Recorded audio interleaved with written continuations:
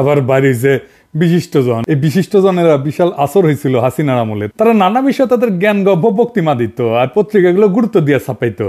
তাদের জ্ঞান প্রচুর, তাও আক্কেল কম। তাই তারা বুঝতে পারতো না যে পাবলিকে তাদের চুদে না, পাবলিকে যাদের চুদে না কিন্তু মনে করে মুই কি হনুরে, এরাই হইতেছে বিশিষ্টজন, বুঝাও। তা কারা কারা এটা করিছে দেখবেন, সে ঘুরে মাগুর স্যাং, সেই আমি বাকশালী ঘটনার লোকেরা। আসেন দেখি এই মার্কা মারাদের কয়েকটারে দেখি, তারপরে তারা কি কইছে সেটা দেখমুনি। আনু মোহাম্মদ, হাসিনার বান্ধবী সুলতানা কামাল, খুশি কবির, টিআইবির ইফতেখারুজ্জামান, ওরে একবার ঠাপাইছিলাম, কঠিন ঠাপ দিছিলাম, অনেকদিন শান্ত আছিল, আবার মাথা বের করিছে। তত্ত্বাবধায়ক সরকারের সাবেক উপদেষ্টা রাশেদা চৌধুরী, তারপরে কামাল হোসেনের মেয়ে সারা হোসেন, আবার অগ্রণী ব্যাংকের চেয়ারম্যান সৌদ আবু নাসের বখতিয়ার আহমেদ, ওরে অগ্রণী ব্যাংক থেকে পাশায় লাথি দিয়ে বের করে দিবেন। তারপরে আবার দেখেন কি আবার কমু আমাকে শ্রদ্ধাভাজন নূর খান, মানবাধিকার কর্মী, হুদাইকা ঢুকিজের মধ্যে গুম কমিশনের প্রধান, কিন্তু ভালো কাজ করিচ্ছে। কিন্তু বাঙ্গু সুশীলদের এই এক সমস্যা, তারা সব অর্জন নিয়ে পূজা দেয় আওয়ামী লীগের চরণে। ওনারা গুম কমিশনে নেওয়ার আগে সব আলাপ বরাবর করা লাগলেন যে আপনি কখনো আমি বন ফেরি করতে পারবেন না, আর কামটা ঠিক করেন নাই। যাই হোক, আজকে কিছু কইলাম না, নিজেদের লোক। আবার দেখেন হিন্দু বৌদ্ধ খ্রিস্টান ঐক্য পরিষদের, বুঝাও তো এদের নাই ফুটা পয়সার দাম। আসছে পত্রিকা পাতায় প্রতিবাদ জানাইতে, কইছে ধানমন্ডি 32 নম্বর রোডের শেখ মুজিবুর রহমানের বাড়িটা ঘুরিয়ে দেওয়ার তীব্র ক্ষোভ এবং নিন্দা জানিয়ে বিবৃতি দিচ্ছেন দেশের 26 জন বিশিষ্ট নাগরিক, যাদের পাবলিক তারা বলছেন আইন শৃঙ্খলা বাহিনীর সম্পূর্ণ জ্ঞাতসারে যেভাবে বাড়িটি ভাঙা হয়েছে, আগুন দেওয়া হয়েছে, তাতে করে গভীরভাবে মর্মাহত, স্তম্ভিত এবং লজ্জিত হয়ে এই ঘটনার বিচার চায়। আবার তা করেছি তো আমরা, আমিও করেছি, আমি তো ডাক দিছি, তো আমার বিচার কর তুই। দেখি দেখি ক্যাঙ্কা তোর মাজাত জোড়ায়, দেখি আয় আয় একটা মামলা কর আমার নামে, দেখি কত তোর মাজাত কত জোর আছে, তোর 26 জন মিলা, দেখি আয় কর তো, দেখি আমার নামে একটা মামলা, আয় দিব বিচার। মর্মাহত কে, স্তম্ভিত কে, লজ্জিত কে, তোকে কি কেউ মানেনি, লজ্জা পেশ কে? বাড়ি বুলডোজার দিয়ে ভাঙা হয়েছে, তো বাড়ি তো হাসিনার বাপের, তোর খাটে হাসিনার কাটলে তাও একটা কথা ছিল। কারণ হচ্ছে হাসিনার রসুনের কোয়ায় না, ওগেরা একই রসুনের কোয়ায়, ওই রসুনের নাম ইন্ডিয়া। ইন্ডিয়া ভাবতে পারে নাই যে আমি ন্যারেটিভের তীর্থভূমি এইভাবে জয় বাংলা হয়ে যাবে, ওইটা টিকে থাকলে আবার ওইটাই ভর করে আওয়ামী লীগ উঠে দাঁড়াইতো। সেজন্য ইন্ডিয়া বিবৃতি দেয় 32 নম্বর ভাঙা নিয়ে, বুঝতে যাও যে এক শিয়াল যদি একদিকে হুক্কা হুয়া করে না, আর উল্টা দিক থেকে ক্যা হুয়া করে সব শিয়াল চিল্লায়, শিয়াল দেখে বুঝবেন এই বিশিষ্ট জনগুলো হইতেছে ইন্ডিয়ার শিয়াল। এরা হুক্কা হুয়া দিছে আর ইন্ডিয়া থেকে ক্যা হুয়া করিচ্ছে, বুঝছাও। দেখেছেন, দেখেন হর্ষবর্ধন সিংলা কি কয়। जो शेख मुजीबुर रहमान का घर जलाया है, वो ना सिर्फ उनका घर था, पर ये 1971 के जो जितने भी लिबरेशन वॉर के मोमेंटोस थे और आर्काइव थे, डॉक्यूमेंट्स थे, वो सब वहाँ पे थे। तो मुझे लगता है कि ये एक अटेम्प्ट है कि 1971 के इनके जो लिबरेशन वॉर का जो स्पिरिट है और वो नैरेटिव है, उसको हटाने का कोशिश है। तो इसमें जो लोग दाखिल थे वो शायद हिज़्बुत तहरीर के भी थे, और जो हमने देखा IS के फ्लैग भी लगाया इन्होंने। तो ये थोड़ा स्टूडेंट्स तो नहीं थे, ये मुझे लगता है कि आतंकवादी थे। और ये जो हरकतें हैं मेरे ख्याल से बांग्लादेश के लोगों के हित में नहीं है। भारत सरकार की तरफ से एक प्रेस स्टेटमेंट भी, एक से ज़्यादा प्रेस स्टेटमेंट हैं, उनके डिप्टी हाई कमिश्नर को बुलाया गया है, और हमने काफ़ी मतलब सख्त तरीके से इनको बताया कि ये सब हरकतें नहीं चलें। আবার দেখেন ইন্ডিয়ার টেলিগ্রাফ কি কয়, যে বলে এটা নাকি ISI এর কাজ। ইন্ডিয়ান বাংলাদেশের মানুষ কি ধৈঞ্চারে তোগের মতো? বাংলাদেশের মানুষ রক্ত দিয়া যুদ্ধ করে পতাকা পাইছে।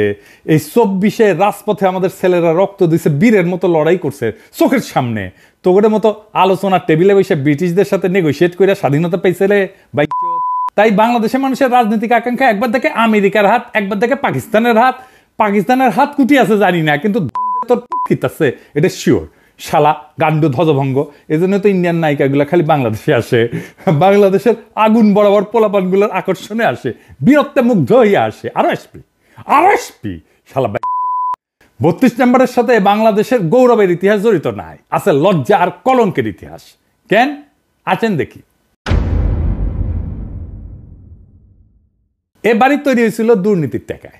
এই বাড়ি থেকে মুজিব আত্মসমর্পণ করে পাকিস্তানি বাহিনীর কাছে, দেশের মানুষকে গণহত্যার মুখে ফেলা। নেতা নাকি সে সুটকেস গুছে রেখেছিল বুঝছাও, যে ও ধর্মীয়টি থেকে। তারপরে নাকি ফোন করেছে আর্মির জেনারেলদেরকে, আমাকে ধরে নিয়ে যাও। এই বাসা থেকে নাকি স্বাধীনতা ঘোষণা দিছিল। একেবারে মিছা কথা, মিছা কথা। বাংলাদেশের সরকারের না এখনই পাকিস্তানের আর্কাইভে খোঁজ নেওয়া উচিত। 1971 সালে ওই যে সোহাদ্দির বডিগার্ডের যে মামলা হয়েছিল না, স্বীকারোক্তি কি দিছিল, সে যেরকম ধান্দাবাজ, তার বাংলাদেশের স্বাধীনতার বিরুদ্ধে এবং পাকিস্তানের অখণ্ডতার পক্ষে স্বীকারোক্তি দেওয়ার কথা। আমি 99% শিওর। বাকি 1%-এর জন্য আপনারা পাকিস্তানে একটা স্পেশাল মিশন পাঠাতে পারেন, মিলা যাবে। আমি কইলাম এটা আরো আগে করা উচিত ছিল। ইনফ্যাক্ট সেই মামলার পুরা নথির নকল বাংলাদেশের সরকার নিয়ে এসে উন্মুক্ত করে দেওয়া উচিত। মুজিবের যে দুর্নীতি মামলা যেটা দেখালাম, যেটা 2 বছর জেল কাটিছে না ওই সোহাদ্দির বডিগার্ড, সেই মামলার নথি উন্মুক্ত করে দেওয়া উচিত। আওয়ামী লীগকে মরালি দুর্মুষ পেটায় না করলে ওরা থাকবে না। হিউম্যান রাইটস ওয়াচ আবার বিবৃতি দেয়া কইছে, ক্ষমতাচ্যুত আওয়ামী লীগ সরকারের বিরুদ্ধে ক্ষোভ ন্যায্য হইলেও আইনের লঙ্ঘন ন্যায্য নয়।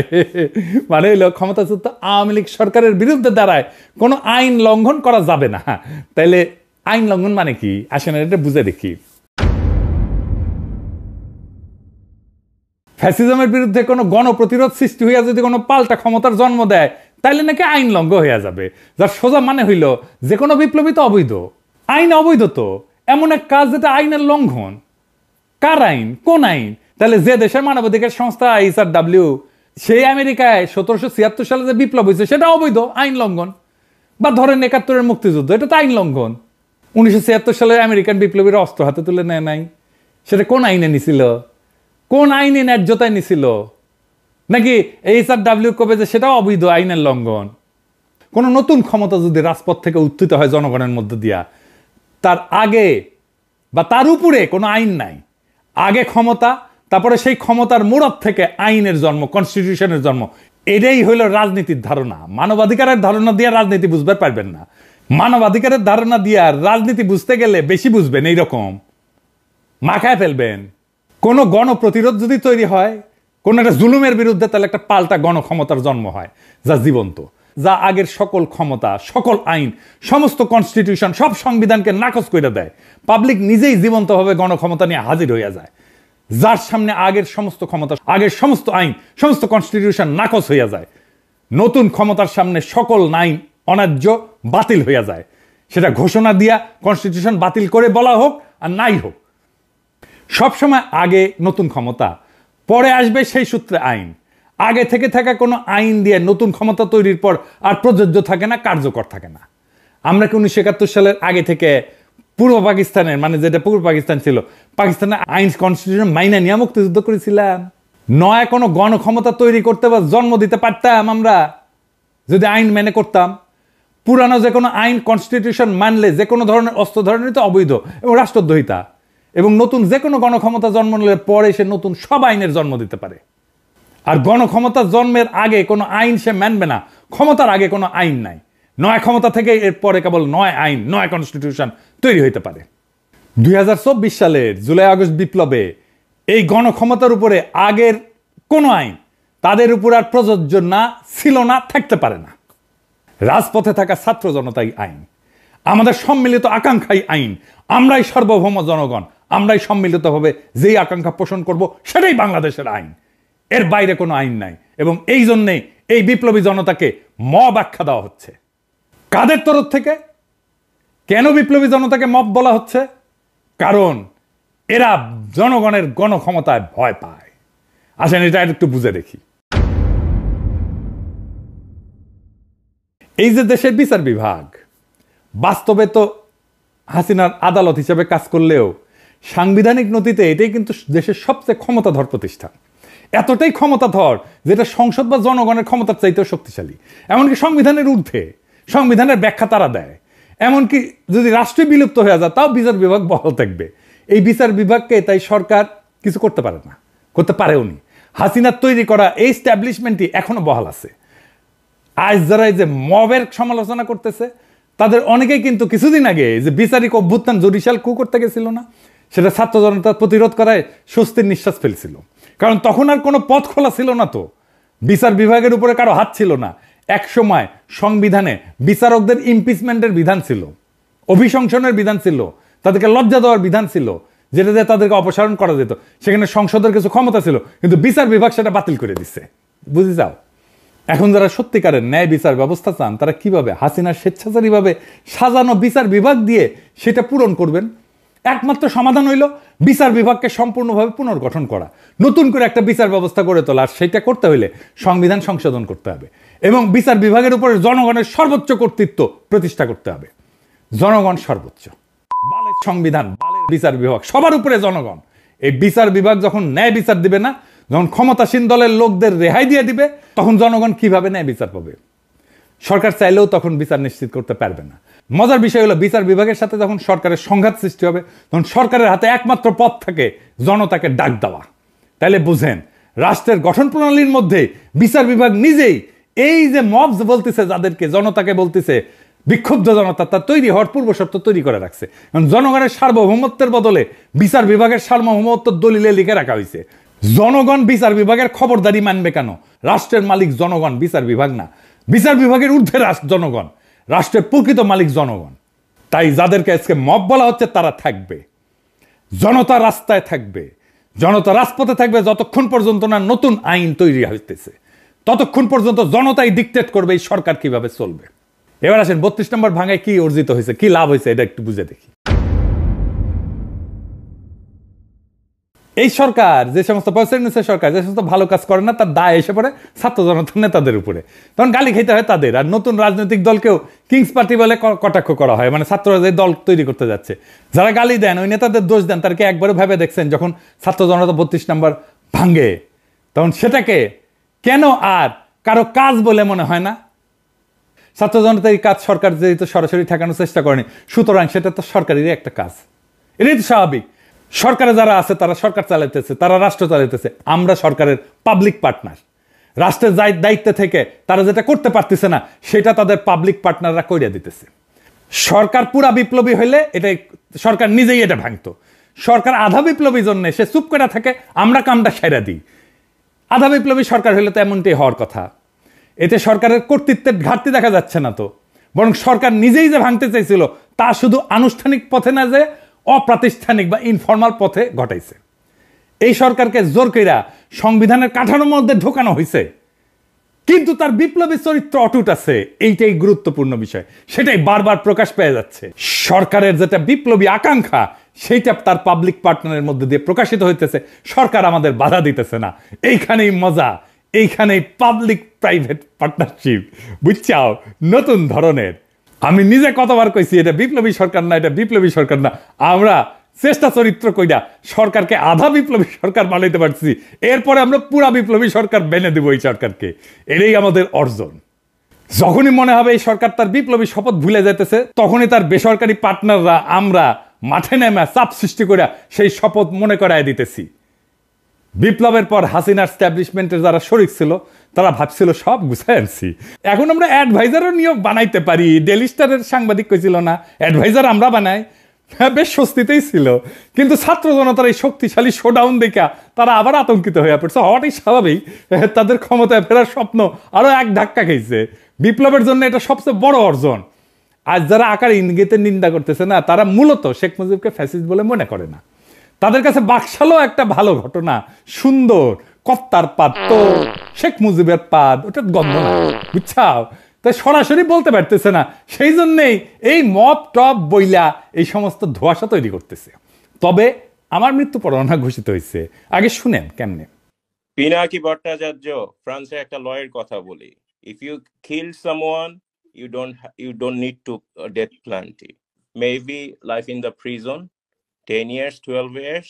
ফ্রান্সে কি বাংলাদেশের মানুষ নাই? পিনাকির মতন একটা কুকুর এই ধরনের কাজ করে যাবে আর বাংলাদেশের মানুষ এখানে বসে আছে? অ্যাসাইলাম মারা একটা কুকুর এখানে বসে আছে? এই কুকুরটার গলা কাইটা যদি এখানে কোনো মানুষের ডেথ পেনাল্টি হবে না, life in the prison. I am challenging.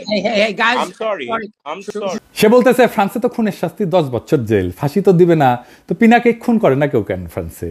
Hasina এক বক্তৃতায় গেল ক্ষমতা, আর এক বক্তৃতায় গেল 32 নম্বর। আলহামদুলিল্লাহ, আমার শহীদের মৃত্যু হইলে না বাংলাদেশে আমার ক্ষুদ্র ভ্রাতার ভগিনেরা ছোট বড় মাঝারি কোমল কঠোর বাকশালীদের আস্ত রাখবে না, ছানা বানা করে ফেলবে।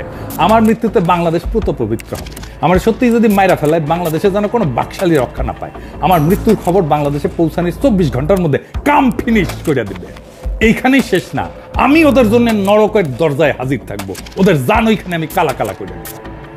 সরকার গত 6 মাসে যা যা ভুল করেছিল যে জায়গায়, সেইটার কাফফারা দিতে হয়েছে আমাদের 5ই ফেব্রুয়ারিতে। আবার আর একটা জনফস্ফোরণ হয়েছে। এই জন্যই প্রেসিডেন্ট সরকার আরো সংহত হয়েছে, ভালো হয়েছে আমাদের জন্য। অপারেশন ডেভিল হান্ট শুরু করতে পারছে। একটা সুশীল হান্টও চালু করা দরকার। কারা কারা এই যে সব 26 জন এই সুশীলেরও হান্ট করা লাগবে, ওটা জনতাই করবে। যাই হোক, আবারও কিন্তু আমাদের অর্জন ধুলায় মিশে যেতে পারে যদি আবার আগের আলস্য কাটায় উঠতে না পারে। আগের আলস্য আর সিদ্ধান্তহীনতা, অবিবেচনা প্রসূত নিয়োগ চলতেই থাকে। আমি 7ই আগস্ট কি লিখেছিলাম দেখেন, লিখেছিলাম এমন হয়েছে বাংলাদেশের ক্ষমতা এখন হাসিনার বদলে সুপ্পু। তাহলে এত রক্তপাত এত প্রাণদানে লাভ হইল কি? বিপ্লব মানে গণক্ষমতা, সেই বিপ্লব তো সুপ্পুর অনুমোদন নিয়ে কাজ করবে না। সুপ্পু কেন আবদার করে? একে আজাদ কেন এর মধ্যে ঢুকে? ছাত্রদের মতামতে সর্বোচ্চ গুরুত্ব দিতে বলছি। সেখানে তো এটাই বলি নাই যে একে আজাদের পরামর্শ নিয়ে কাজ করতে হবে।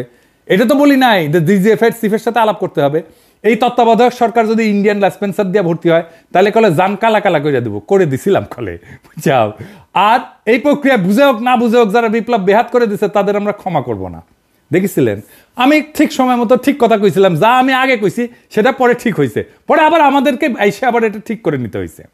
এই যে দেখেন মনির হায়দারকে বিশেষ সহকারী হিসেবে নিয়োগ দেওয়া হয়েছে। আমি চিনি তারে, আমি অপছন্দ করি না, পছন্দই করি, কিন্তু মনির হায়দারকে আপনারা চিনেন না তাই না? আমেরিকা প্রবাসী এক সাংবাদিক। আচ্ছা বলেন তো, প্রফেসর ইউনূসের একজন আমেরিকা প্রবাসী সাংবাদিক দরকার, আপনার কার নাম মনে ভাইসা আসে? মনে মনে বলে চিন্তা করেন যোগ্য ক্যান্ডিডেট হিসাবে। হ্যাঁ, কনক সরোয়ার ইলিয়াস, তাই না? কনক সরোয়ার তো পিএইচডিও করেছে। তার অ্যাক্টিভিজম এমনই হাসিনারে প্যারা দিছে যে তার বোনকে জেলে নিছে তারে না পাইয়া। কনক দারুণ জনপ্রিয় তো।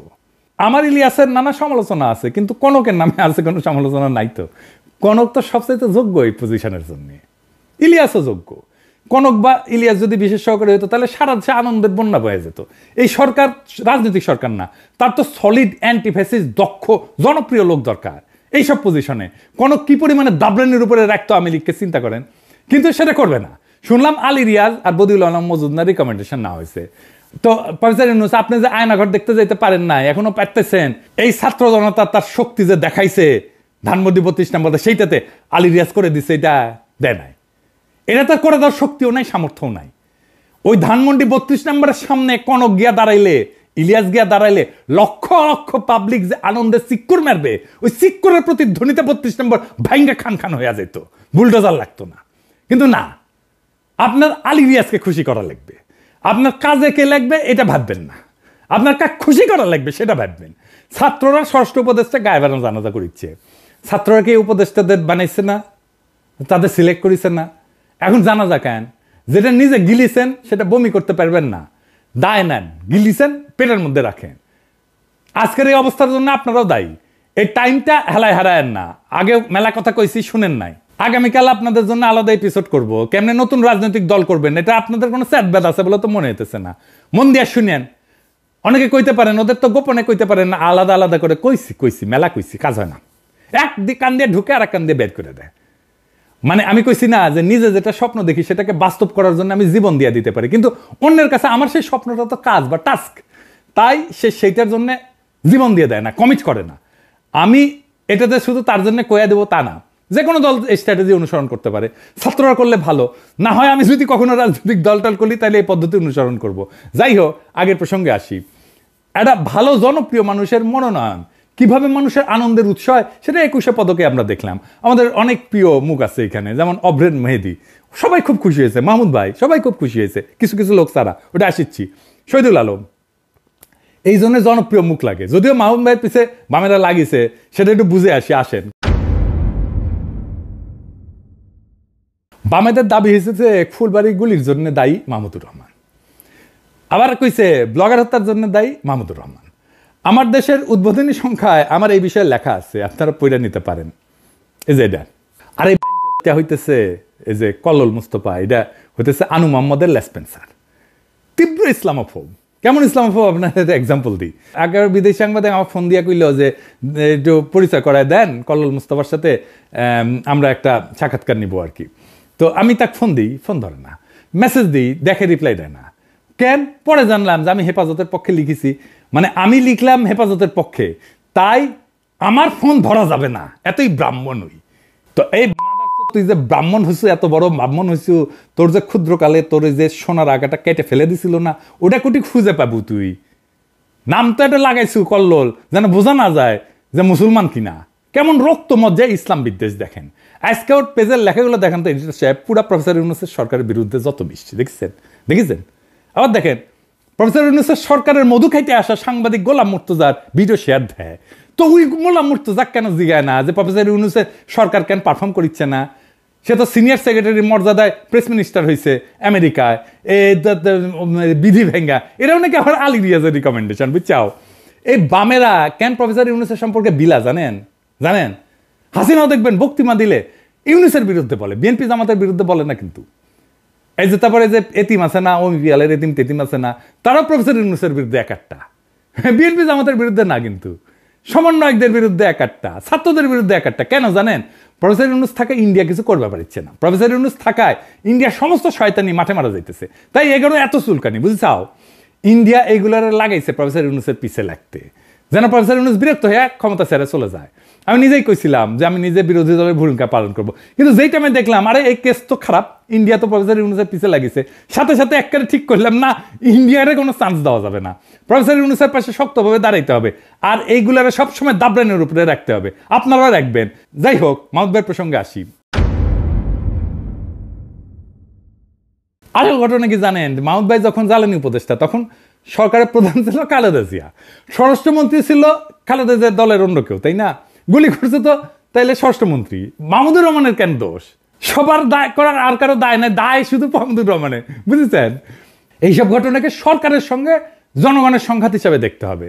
কিছু মানুষ নিহত হয়েছে, আমরা সেটা নিন্দা জানাই, মানে আপনি ফেরেস্তা বসিয়ে দিলে তো মারপিট হবেই রাস্তায়, তাই না? প্রফেসর ইউনূসের আমলে পুলিশের হাতে মারা গেছে না মানুষ, হত্যাকারীদের শাস্তি নিশ্চিত করতে হবে সেই জন্যে, এবং এই দাবি জানাইতে হবে হত্যার দায় অবশ্যই সরকারের। এমন সংঘাত রাষ্ট্র পরিচালনার সময় ঘটে থাকে, এমনকি হত্যার ঘটনাও ঘটে, বাস্তবতা মেনে নিতে হবে। বাংলাদেশের মতো দেশের জন্য এটা আরো সত্য। ফরমাল আদালতের বিচার হওয়ার পাশাপাশি জনগণের আদালতেও রাজনৈতিক শাস্তি নির্ধারিত হবে, হইতেই হবে। 2006 সালের পর বিএনপি যে দমন পীড়নের শিকার হয়েছে, সেটাও তো এমন কিছু ঘটনার প্রতিক্রিয়া হিসেবে দেখা যেতে পারে, তাই না? জনগণের আদালতে তারা রাজনৈতিক শাস্তি পাইছে তো। জনগণ তো 2008 সালের নির্বাচনে তাদেরকে ভোট দেয় নাই। এমনকি বিএনপি কোনো আন্দোলনে জনগণকে সম্পৃক্ত করতে পারে, তাদের কর্মীরা গেছে, কিন্তু জনগণকে নিয়ে মাঠে নামা এটা করতে পারে নাই। তো রাষ্ট্রীয় ক্ষমতা কাঠামোর মধ্যে এই ধরনের কর্মকাণ্ড এবং শাস্তির ধারাবাহিকতা আছে। কেবল মাহমুদুর রহমানের উপর দায় চাপায় বিএনপি দায় এড়ায় যাওয়া কি ঠিক বলেন? তবে মাহমুদুর রহমানের উপর তাদের ক্ষোভ কেন? কারণটা হচ্ছে তার সাংবাদিকতা। তো এটা সরাসরি কইলেই হয়। উনি স্কাইপের ঘটনা খবর প্রকাশ করছিলেন কেন? কেন থাবা বাবার ব্যক্তিগত ব্লগ, নবী রাসূলদের নিয়ে অশ্লীল ব্লগের লেখা এটা প্রকাশ করছিলেন? তো এটার তো জবাব আছে। সাংবাদিকতার কাজই তো গোপন তথ্যকে প্রকাশ্যে আনা, ব্যক্তিগত গোপনীয়তা ব্যতীত। তো তিনি সত্য চাপা দেননি, সেই জন্যই তিনি আরো যোগ্য সাংবাদিক হিসেবে বিবেচিত হবেন। এখন দেখেন হাসিনার যে অনিয়ম, হাসিনার দুর্নীতি, খুন, জখম, লুটপাট, এইটা নিয়ে ওদের যাদের পছন্দ, মতিউর রহমান, মাহফুজা নাম, তারা কোনো প্রতিবেদন প্রকাশ করছে? করেনি। অথচ একমাত্র মাহমুদুর রহমান সেটা প্রকাশ করে যাচ্ছে আমার দেশ দিয়া। যদি সত্যি সত্যি ফ্যাসিবাদ প্রতিরোধে আন্তরিকতা থাকতো এই বামগুলার, তাইলে ওরা আমার দেশ পত্রিকার প্রশংসা করতো, মতিউর মাহফুজদের সমালোচনা করতো। সেটা কিন্তু করে না, আমার দেশের সমালোচনা করে। আর মতি মাহফুজ ওদের কাছে দেবতা। এই জন্যেই বাংলাদেশে এই সমস্ত সুশীল বাম হান্টিং শুরু করা উচিত। বাংলাদেশে ইন্ডিয়ান দালাল মুক্ত না করলে বাংলাদেশ মাথা তুলে দাঁড়াইতে পারবে না। আমাদের বিপ্লবের একটা লক্ষ্য হাসিনা হটাও, আমাদের বিপ্লবের আর একটা লক্ষ্য কিন্তু ভারতীয় দালাল মুক্ত বাংলাদেশ। তার আগে ভারতীয় দালাল চেনার কাজটা করতে হবে। আজকে তো কিছু দালাল চিনিলেন, তাই না?